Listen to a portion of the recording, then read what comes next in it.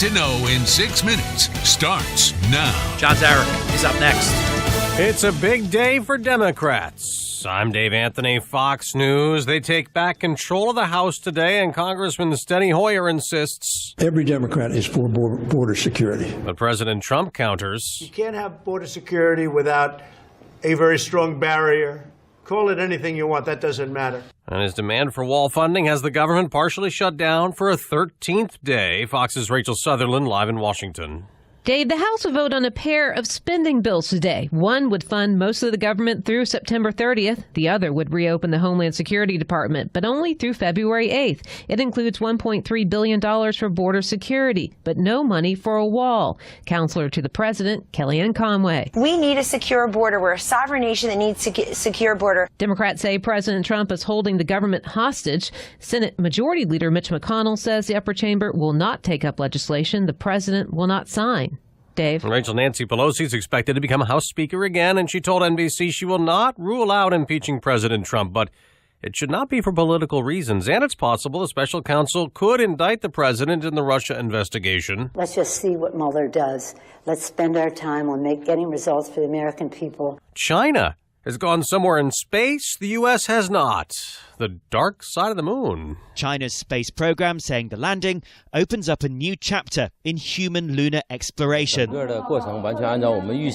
chief designer of the probe, Sun Zhezhou, saying the landing was stable. The spacecraft, Chang'e 4, named for a Chinese goddess, will now send a rover out to explore. That's Fox's Simon Owen. Apple's warning that iPhone sales have slowed down, mainly in China, amid the trade dispute with the U.S., has hurt the stock for that company in pre-market trading, and it's having ripple effects. Dow futures are down nearly 300 points ahead of the opening bell next hour. This is Fox News. Ever wonder why Europeans seem to speak so many languages? Maybe it's because they use Babbel, the #1 selling language learning app in Europe. Babbel's award-winning technology gets you speaking right away, whether you're learning Spanish, French, or German. And best of all, you'll remember what you've learned. I always thought I was bad at languages, but after using Babbel, I can tell you I was just taught the wrong way. Using Babbel's 10 to 15-minute lessons, you can be speaking confidently in your new language within weeks. I was amazed that I could start having real-life conversations right away. It was so fast. Now I'm speaking Spanish. Woohoo! No wonder Babbel is the #1 selling language learning app in Europe. Try it for yourself and see why Babbel is the quick way to get conversational in a new language, like Spanish, French, or more. You can try Babbel for free. Go to Babbel.com or download the app and try it for free. That's Babbel, Babbel.com, or download the app to try it for free. That's Babbel.com.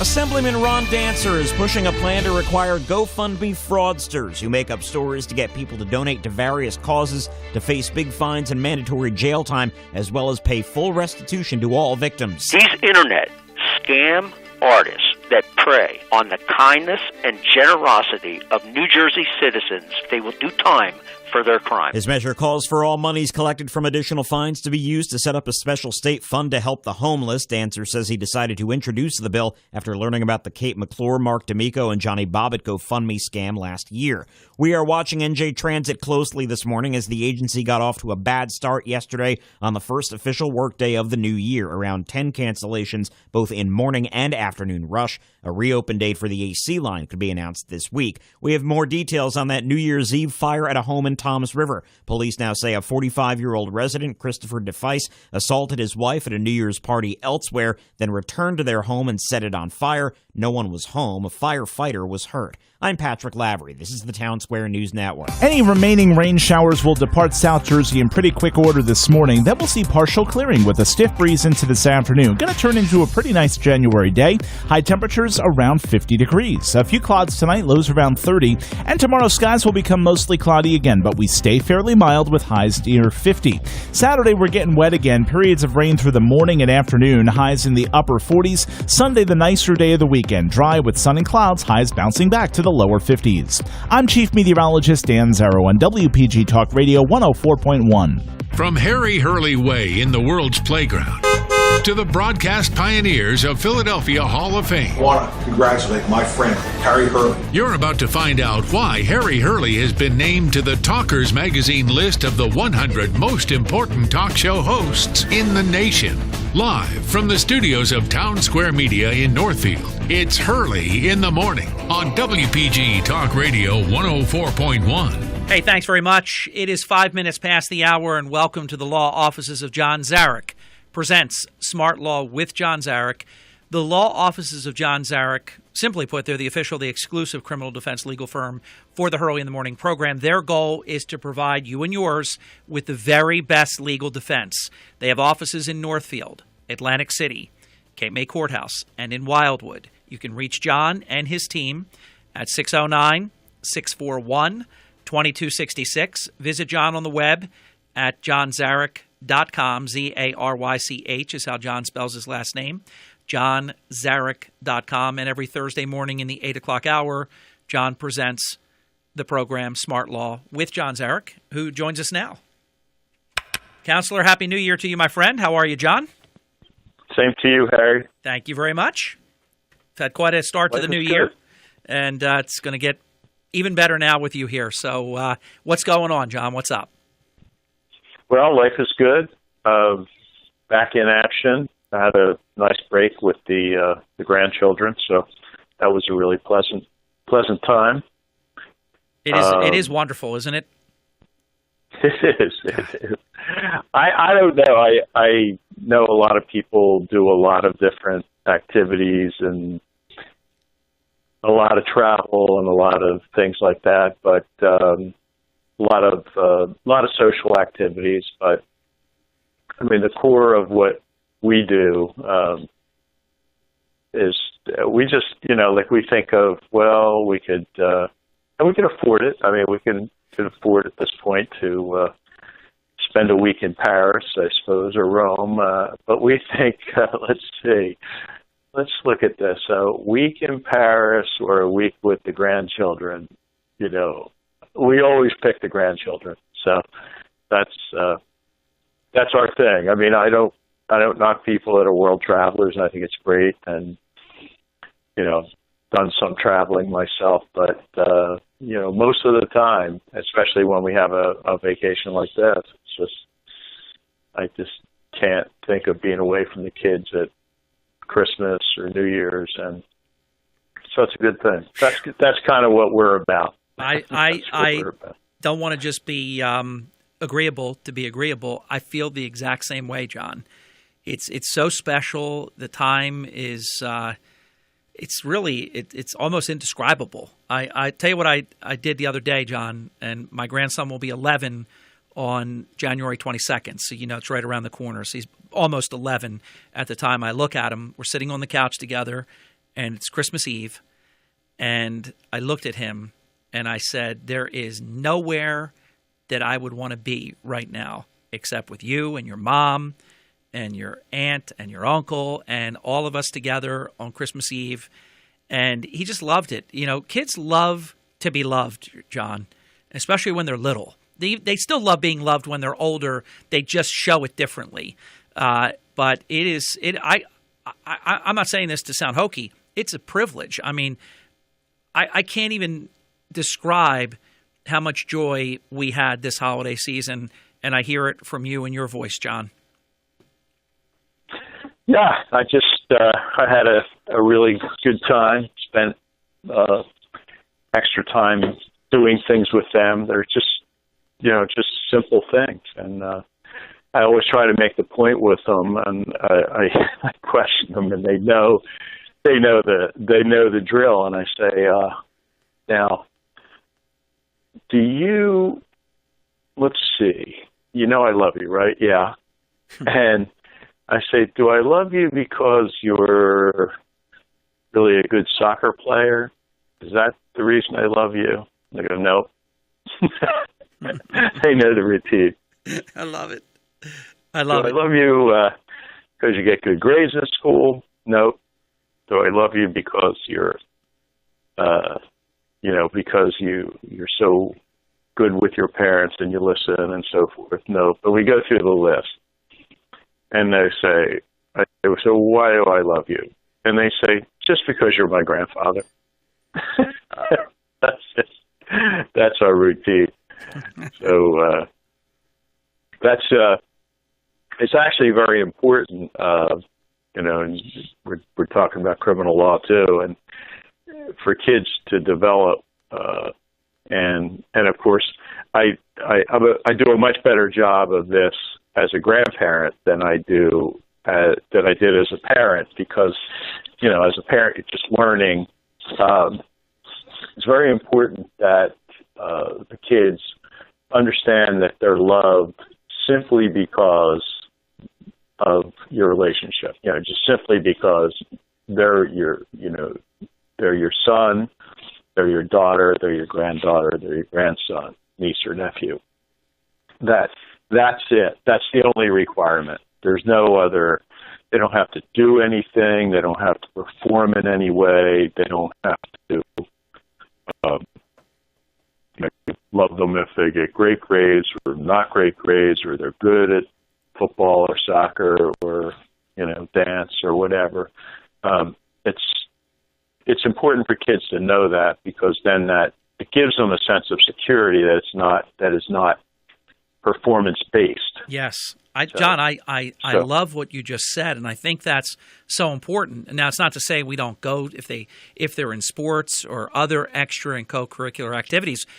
We go to all of them. I love going to concerts and plays and art shows or whatever Noah's doing. But like you're saying, they need to know that we love them because of who they are, not because of what they do. Yeah, unconditionally. Yes.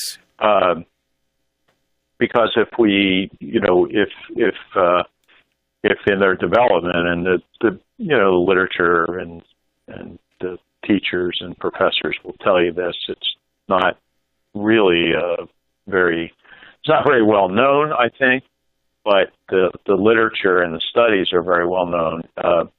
What we want to avoid is,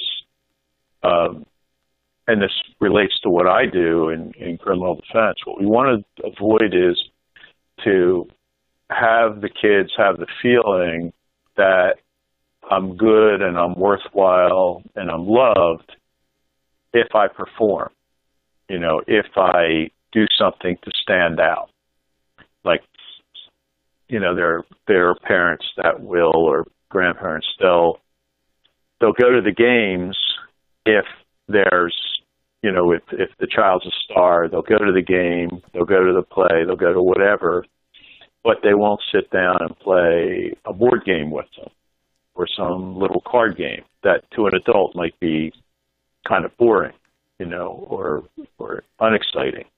But they'll orient toward situations where the child is showing off, where the child is excelling, and they're there getting that praise at the same time, and being proud of them, of course. But if it's a pattern where the child is always, where the attention is given only when the child is doing something sort of spectacular, then that child can develop a feeling that, well, I've just got to do something to get attention all the time. It becomes, the child can become self-centered in that regard. I mean, it doesn't, not that they have high self-esteem, because that doesn't build high self-esteem. It builds a motivation to be spectacular, so to speak, and to get attention. It's so interesting you bring up the games, because I know that some of your grandchildren are about the same age as my grandson, and not that I'm going to say they're all so similar, but I think there is a similar quality. They want you to pay attention to them. They want you to play the games that they create, or games that already exist that you can play together. My grandson loves creating games, and then you play the game with him, and he loves it. He loves it so much, and I love to do it, because I realize that when he gets a little bit older, and I'm starting to now see like that That's not that long from now. All of a sudden, they're not 10, they're 11, they're 14, and then the next thing you know, it's still wonderful.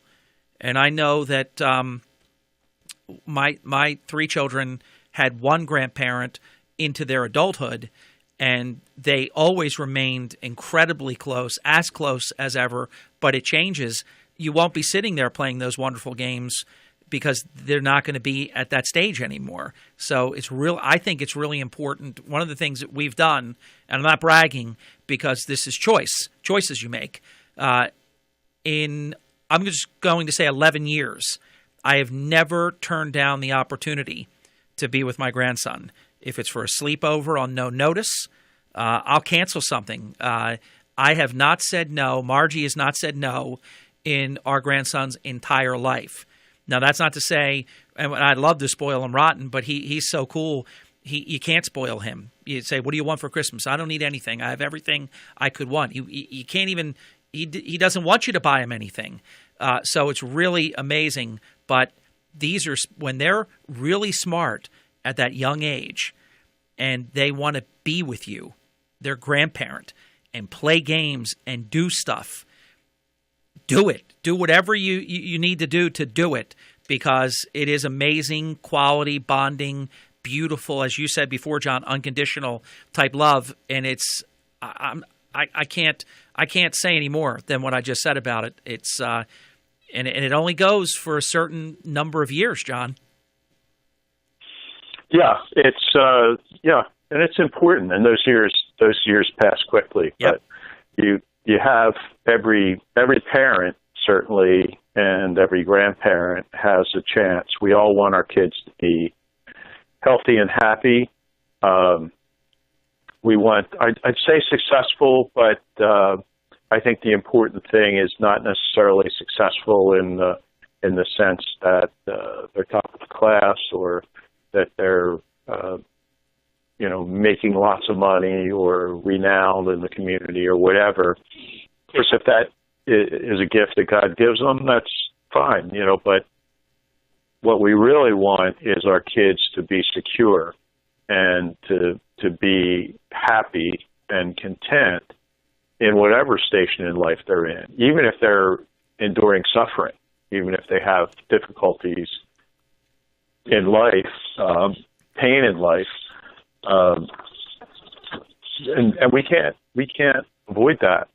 That there's going to be some pain in life, there's going to be difficulty. Even in that they could have a sense of peace, a sense of security, even a sense of joy while they're going through difficult times. A sense that it's going to be okay. And in most cases, people would think that God is in charge here, and I trust God, and He's it's going to work out all right, even though this is a very, very difficult time. That's what we want. We want our kids to not necessarily be rich or famous, but we want them to be secure. I mean, you take parents of children that are going through real torment, repeated acting out in school, and again, seeking attention. Very often you'll see the kids, and this is not every case, so I don't want to say that every parent who has a child that is acting out or breaking the law or getting into addictive situations and so forth, that every parent caused that behavior by their behavior. I mean, it's certainly not the case. But, there are a lot of kids around, and we see it in the practice, who, just didn't have that base of security growing up, that unconditional love, like I love you simply because you're my child or simply because you're my grandchild or niece or nephew. And when they don't, and this is usually in the more extreme cases, when they don't have that, then they will find themselves, and often with no rhyme or reason. You know, they couldn't tell you why they did it, but I'm confident I know in many circumstances why they did it. They did it because they got into a pattern where they were seeking attention, and they'll do anything to get that attention. John, we're only taking 2 breaks this hour. I love your focus today, your program topic, a whole bunch, and I know a lot of our listeners do too. Real priorities that you're demonstrating. It's 20 minutes past the hour. We're only taking 2 breaks this hour, one of them right now, with the law offices of John Zarek himself. I am Hurley in the morning. WPG Talk Radio 104.1. For nearly 40 years in the Ducktown section of Atlantic City at the corner of Arctic and Georgia Avenues, Angeloni's 2 Restaurant and Lounge has featured the finest Italian-American cuisine in Atlantic City, preparing all meals to order. Lunch is served Monday through Friday, dinner 7 nights a week, and on Sundays, non-major holiday Sundays, Mama Angeloni's at 4 p.m.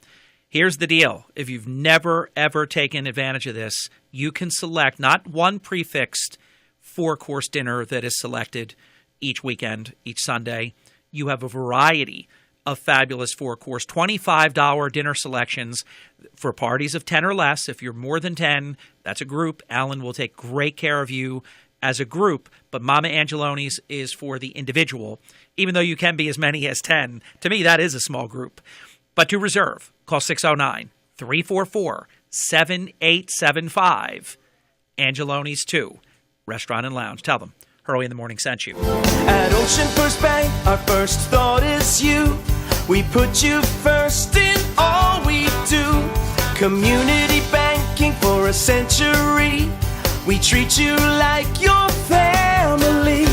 Whatever you need, whatever you dream, let's make it a reality. Ocean First Bank, putting you first. When your dream is building a new home, we offer mortgage options designed with your convenience in mind, like combining your construction and permanent loan into just one closing, saving you time for the really fun stuff, like planning that housewarming party. Whatever you need, whatever you dream, let's make it a reality. Ocean First Bank, putting you first. Member FDIC, Equal Housing Opportunity Lender. Hi, it's Brian Kilmeade. Join me next at 10, then Sean Hannity at 3. Now back to Harry Hurley on WPG Talk Radio, 104.1, South Jersey's talk station. With the law offices of John Zarek. John Zarek is here. I am Hurley in the Morning. The law offices of John Zarek, they focus their efforts on criminal defense law. Their goal is to provide you and yours with the very best legal defense. John and his team have offices in Northfield, Atlantic City, Cape May Courthouse, and in Wildwood, so that if you're dealing what John calls, if you're in danger or there's something that's going on that you don't feel quite right about, that you think that you could be in some potential difficulty, please give John a call. He loves talking to people, and you'll know with an initial consult with John exactly where you stand. Is this a big problem, or are you good to go? Don't assume that you know the answer to those questions, because you could put yourself in real jeopardy. 609-641-2266, 609-641-2266 on the web at johnzarek.com. John, time is yours. Well, we're talking about kids and the importance of spending time with them and letting them know that not necessarily by words, can be by words, but can be by actions too, letting them know that they're important to you. And that's a problem of maturity in the parents very often, and sometimes in the grandparents, where and maturity is a very, very good topic for parents and for grandparents. I mean, we all, certainly as kids, we like to play, we like to have fun, we like to do exciting, fun things. We all know that the feeling of sitting at dinner and just can't wait till it's over so we can run out the door and play baseball, play football, play whatever, at the shore, go surfing, whatever you are into as a kid, it's almost like ready, set, go. As soon as the kids get the all clear, they're out the door and ready to have fun. So, fun to a great extent is the center of a child's life. However, as time goes on and we make a transition, certainly in our teenage years, where we start to get a little more serious, where we start to really prepare academically for college or for our job or training, a union job, a military endeavor, we start to get a little more serious in our teenage years when we make that transition. And we start to, as people would say, grow up a little. And but certainly by college years, we should be spending, we can still have fun, we can still act in, boisterous ways, but that has to start to be, that needs to be measured. There can still be fun, kind of crazy fun, where young people get together, but by college years, you're 18, 19, 20, 21, 22, you really have to develop, even if it's not internal adulthood, sort of an external control on oneself, where you say, look, I want to go out and play, I want to be silly, I want to have fun, I want to hang out and do the things I did when I was 13 or 14 or 15, but I am now an adult, I'm getting ready for the real world here, and I just can't do that. I mean, I can't do that. I've got to become a man or a woman and be more serious about that. Now, certainly, most of us make that transition, but some do not. And you'll often hear this. I often hear it in a situation where the father, and it could be a father of several kids, could be in their 30s, could be in their 40s even, where the father really becomes, and I think this is important to remember and to gauge our behavior on, really becomes another child in the home. We'll often have women say that, and it can be husbands saying the same thing about women too, but it seems most numbers-wise, it's more common with males than with women, that they have multiple fun things that they do, and that's really what they want to do. They will often not spend the time with the family that is required, but they'll make sure that they get on their ski trips with their buddies. They'll make sure that they get to do a lot of surfing, or they might be on football teams or baseball teams, or things that are not community service, but things that are just fun for them to do. Now, we all need some recreation. We all need some balance. We all need recreation. We all need some balance, but it's important that we grow up, that we become mature, that we really have a bearing about us, so to speak, that says adult, that I am an adult.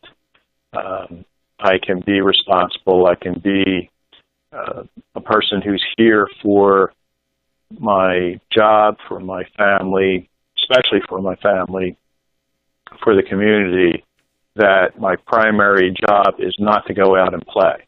It's not to wait drumming my fingers at the table until dinner's over so I can run out and play on my next adventure. So, and the reason that's so important is certainly as far as satisfaction, you can't play enough games, you can't hang out enough with your buddies, with your pals, or with your girlfriends in the case of women. You can't do that enough to gain a sense of security or a sense that you're doing the right thing. I mean, we all have these internal clocks, and we know that when we behave in that way to an extreme, not in a balanced way, but to an extreme, we know we're doing it wrong. And in my experience, the damage that's done to a family in that circumstance is pretty extensive. You know, that the kids need a parent and parents, and they need parents who care enough about them to spend time with them, even if it's not exciting, even if it may seem boring to the parent compared to the adventures with their friends. They need those parents, and they need that time. And the kids can grow up with a pretty poor sense of self-esteem and self-confidence because they're not paid attention to, and they're treated just as another pal that could be, that could be dropped or taken up whenever the offending parent, I'd say, gets the feeling to do that. Yeah. So, hey, John, let me throw a question at you that I think really does fit in well to today's topic that you're discussing here on your program. This is, I'll just say, from an Atlantic City leader. Question for John. We're on our second generation. Hold on, my screen is moving. We're on our second generation of very young children using small screen devices and parents detaching from traditional interaction with kids, substituted by electronics, phones, iPads, Xbox. Seeing any trends of adolescent, young adult checking out from social human interaction because of this effect? Isn't that a good question, John? Yeah, I think it's a good question. I think it's true. Interesting. I think it's interesting. Yeah, interestingly, a lot of the games that kids play now are sort of, I guess, taking care of that component. Parents don't want their kids isolated on a screen alone with no interaction with anyone for many, many hours per day. Well, actually, for some parents, it's convenient. Yeah. You know, they don't want to be bothered. Yeah. They want to do their own thing. Yeah. And it keeps the kids busy. That's the babysitter. Yeah. However, it's hard to get them off of those things. I mean, once they're into it, it's a lot of fun, it's exciting, and so forth. However, what we see now is the development with more advanced electronics and so forth. What we see now is there are games where kids actually do interact and can interact with other friends as they're playing games. They can be on teams that are literally throughout the neighborhood, throughout the country, throughout the world, and have teammates that they interact with and compete with. So, there might be a team of a group of kids. So I think the development of that is actually assuming that kids are going to play games, and they are going to play games, and I think to some extent it's part of their development that there is going to be electronic interaction. And it's not necessarily unhealthy if it's done under control. Given the fact that there is going to be that kind of interaction. John, let me add something for your expertise as a criminal defense attorney, and as you know, I find that you, in my estimation, are the best that we have in this market. I'd go beyond as well, but the other danger with these devices, the internet connectability, and kids that now play games against other people. If it's a child and a child, that's one thing, but we know there are bad adults who exploit this and go into these kids' programs and have actually wound up meeting up with children and things like that. So there's really a very serious component. Not that the question is serious on its face, but there's danger involved with some of this as well if it is not properly supervised. Your thoughts? Sure, there is danger.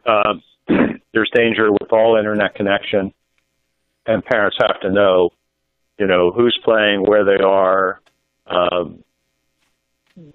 what they're doing. Parents can be and should be in the room with the kids for substantial periods of time. It can't be looked upon, the internet, especially internet group activities, it can't be looked upon as, okay, you stick the kids in the room and they're there for 3 hours and you don't know what game they're playing, who they're on with, anything about them.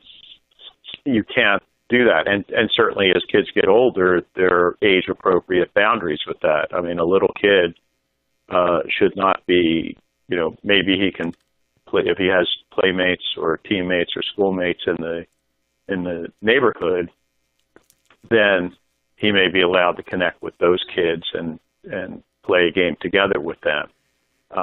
However, as kids get into teenage years, they're a little more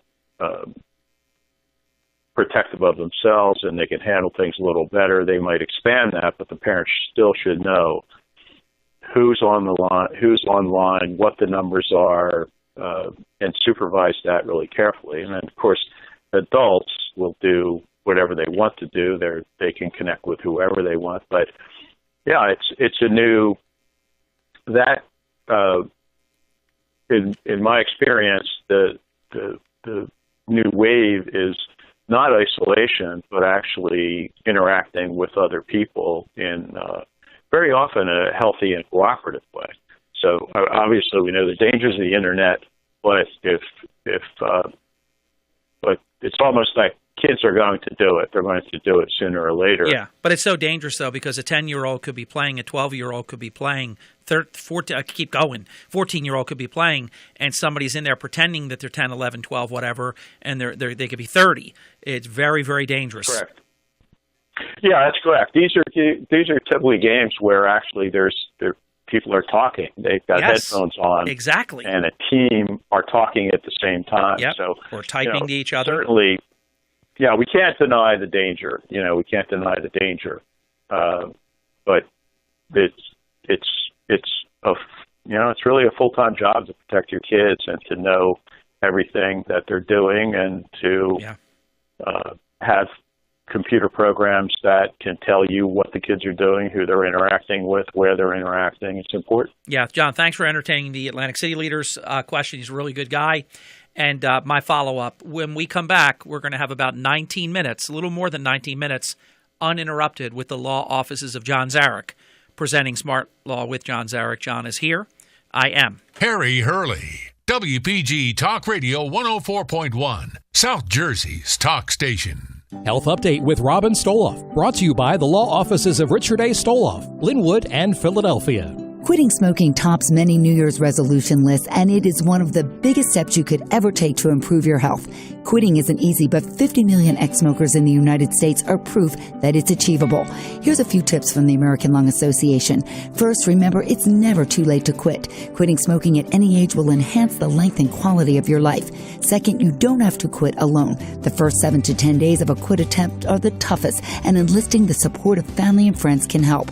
And talk with your doctor about FDA-approved medications for quitting. And finally, join a proven program that can offer support and information. The American Lung Association's Freedom from Smoking can be accessed at lung.org and is ranked as one of the most effective methods of quitting. I'm Robin Stoloff for Health Update. Health Update with Robin Stoloff, brought to you by the law offices of Richard A. Stoloff in Linwood. Attention you expect, results you deserve. What? Oh, honey. Honey. Jeff, wake up. Roll over. Your sleep and your relationship are suffering, but they don't have to. Is that a freight train rolling through your bedroom every night?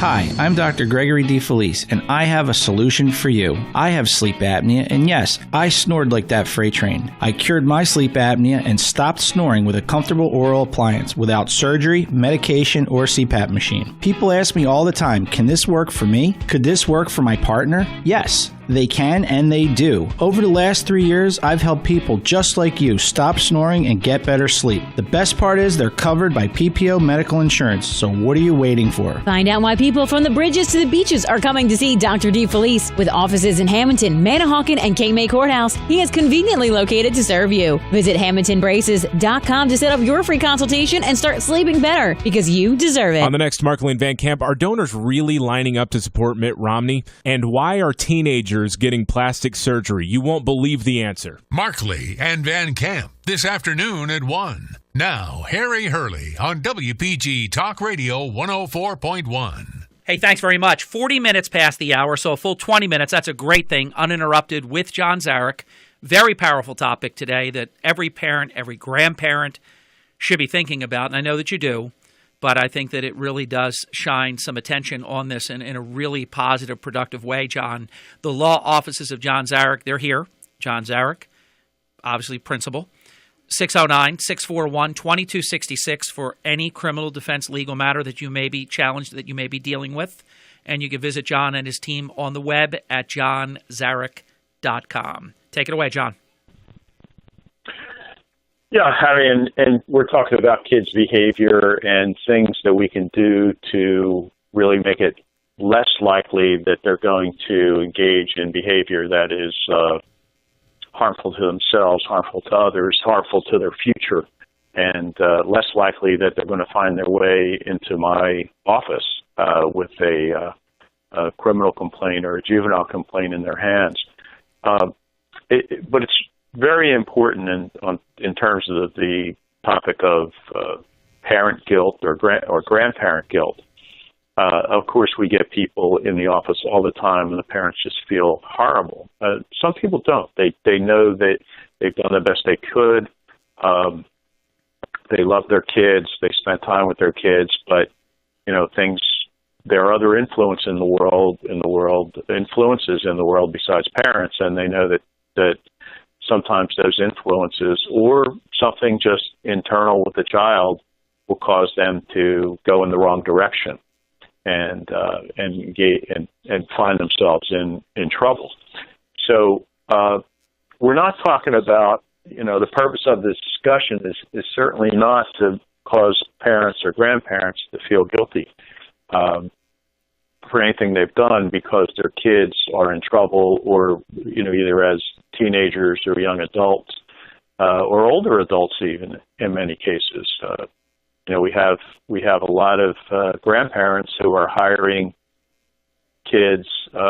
lawyers for their kids when the grandparents are 75 and the kids are 50 or 45. I mean, that can happen where they're adults, they know what they should do, but they just can't do it for some reason. They can't comply or maybe aren't willing to comply. So we're not here for a guilt trip. We're here to let people know what things will tend to help the problem and what things will tend to inflame the problem. And we have many situations where the parents do everything right. No addiction in the home, hard work, structure, order.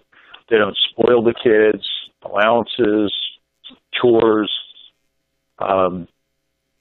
They say no. They monitor their friends. Yep, you can be with these kids. You can't be with these kids. Where they do everything right, and there are internal factors with a child that cause them to act in ways that are not helpful to them and to society, and in many cases get them in real serious trouble. We don't understand why. We don't understand why. It's a human condition. We've had that since the beginning of time, but some people, and then we have the concept of repentance, so to speak, where people are acting in a way that's not right. They may know it's not right. They still persist, either consciously or unconsciously. But then at a point, and the trigger can be anything or nothing. At a point, they say, "I don't want to live this way anymore. I don't want to act this way anymore." Very often, religion is involved in that. You know, there are lots and lots of good churches and synagogues and mosques that, you know, certainly everyone's in the turnaround business in religion. Everyone is in the business of taking people who are not acting in a way that's right for them or for society, and helping them become a person that does act in a way that's beneficial to them and to society. So, you know, we can't say why. We can just see patterns that seem to work, and as I said in the beginning, paying attention to kids and spending time with kids, especially in circumstances where there's no fame or fortune involved, where there's no reward involved, where there's no notoriety to the child and to the family involved, but just spending time with the kid tells them that they're valuable, they're important, no matter what, whether they achieve or don't achieve. It's okay to celebrate an achievement, but it shouldn't be the main focus of a child's life, you know, to be constantly on the treadmill to ring the next bell, to grab the next gold ring. Yeah, in other words, if they don't accomplish something big, they'll feel that they're not only that they're a failure, but that's the mechanism that creates the love that you're talking about, when just attending your child or your grandchild's extra co-curricular activity, sporting event, is part of the unconditional love process, so that if they win the championship or don't win the championship or whatever the case might be, I totally, it's so relatable, it's so important, and I'm just totally buying what you're selling, John. It's that important, and we know this because what you see when it's done correctly, correct parenting, correct grandparenting, you have a very happy, well-adjusted child. Typically. Yes, but that's not a guarantee. Correct. Of course, as I said, Harry, there are many factors. Parents shouldn't feel guilty because their kids have a problem, and certainly when we deal with parents and kids and by kids, I mean, I'm talking about people in their teens and 20s. To me, it's certainly they're adults in many ways, but they're kids in many ways. You know, like they're very, very young.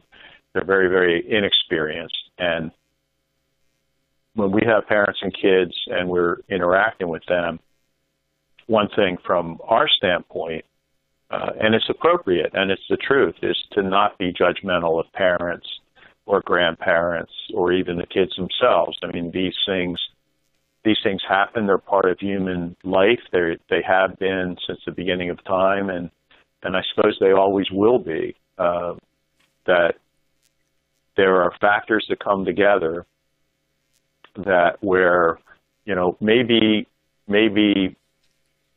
2 or 3 major stressors a child can handle, or a young adult can handle, or a parent can handle, but they can't handle 4 or 5 altogether at one time, and something derails, and something goes wrong.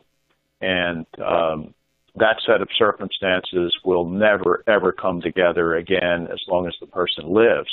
But in this particular situation, say, a physical illness and maybe an extreme disappointment in life and an extreme temptation and a companion who's extremely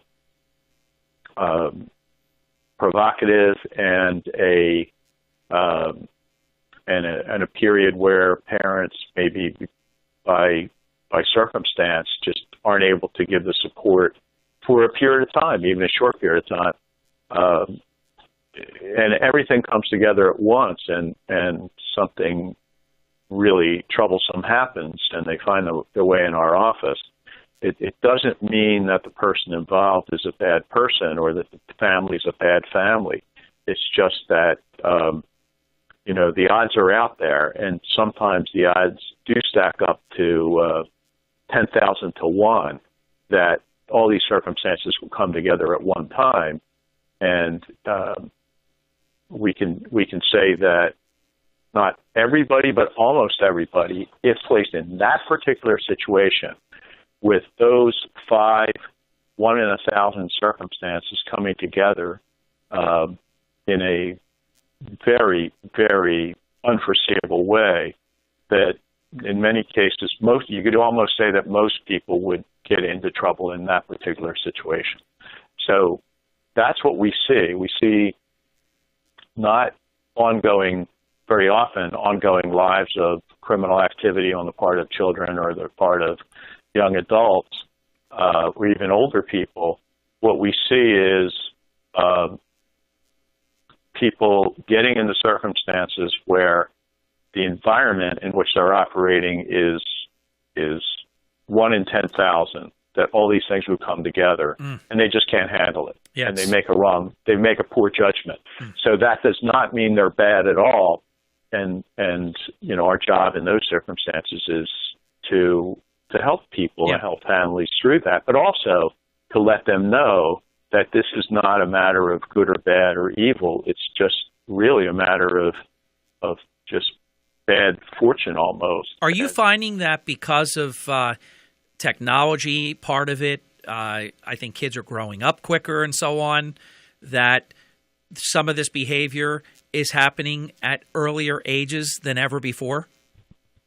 Well, that was the trend, certainly, for many, many years, for I'd say probably 30 years, 40 years. There was just an ongoing trend toward earlier involvement in sexual activities, toward greater involvement in Internet pornography and Internet sexual activities. And it looked like the end of the world there for a while, Harry. We just it was seemingly out of control, but surprisingly, I think many would say that God has His hand in it, or some higher power, but and there are a lot of people working hard at going the other way in society and religions and so forth. But the statistics now are, and we tend to see it, there is some hope that kids are not engaging in those Internet activities at the early ages they were. They're stretching out the time when they, really get into sexual activities, when they start having sex.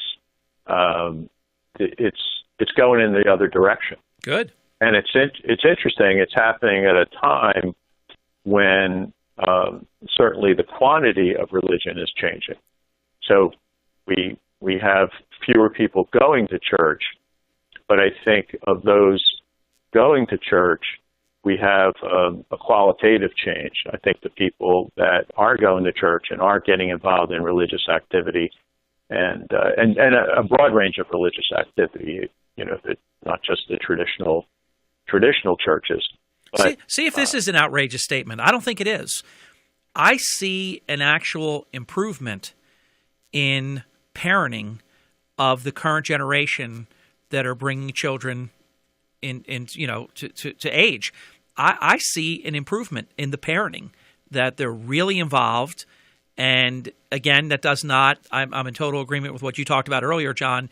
You could be the perfect parent. You do everything right, proper guidance and love and everything, and just things can go a different direction. But I see an improvement in the parenting. I think there was, and I'm not putting any generation down. I guess I am unwittingly, but I saw sort of a degrade in parenting, and I see a restoration of good parenting in this generation. And maybe that's part of this. Yeah, I think media is helping in that regard, and I agree. I think in general, like I said, in religion, there's the quantity is certainly down, but the quality and the impact that it's having on people's lives, I think, are there's a renewal going on. Actually, the sisters, Franciscan Sisters of the Renewal, are in Atlantic City. They're having a tremendous following, and they're having a great impact. They live very simply. They own nothing. They have nothing. They pray 5 hours a day, and they work with the people the rest of the time. And so those movements are occurring certainly in the Catholic Church and in the Protestant churches, and I think in all religions. In Judaism, the Chabad movement, where you're getting young rabbis out and really engaging the young people in synagogue and so forth, and activities, spiritual and even community-oriented activities. So we are seeing, to an extent, a renewal, and I think that is impacting on just the presence of that is impacting on parents and how they act. And also we have lots of negatives with television, but we have a lot of information now on any psychological problem you have. You can look at 100 YouTubes on it, and not just pop stuff. These are people that are, University of Pennsylvania Medical School, Harvard Medical School. I mean, there's a lot of information out there, and that's very, very beneficial. It's very good stuff. Even, say, Dr. Phil, it's compressed and so forth, but he brings the problem, and one thing he brings all the time is parental responsibility. You see that repeatedly. I do watch that show from time to time. What were you thinking? Oh, I'm sorry, John. Sorry.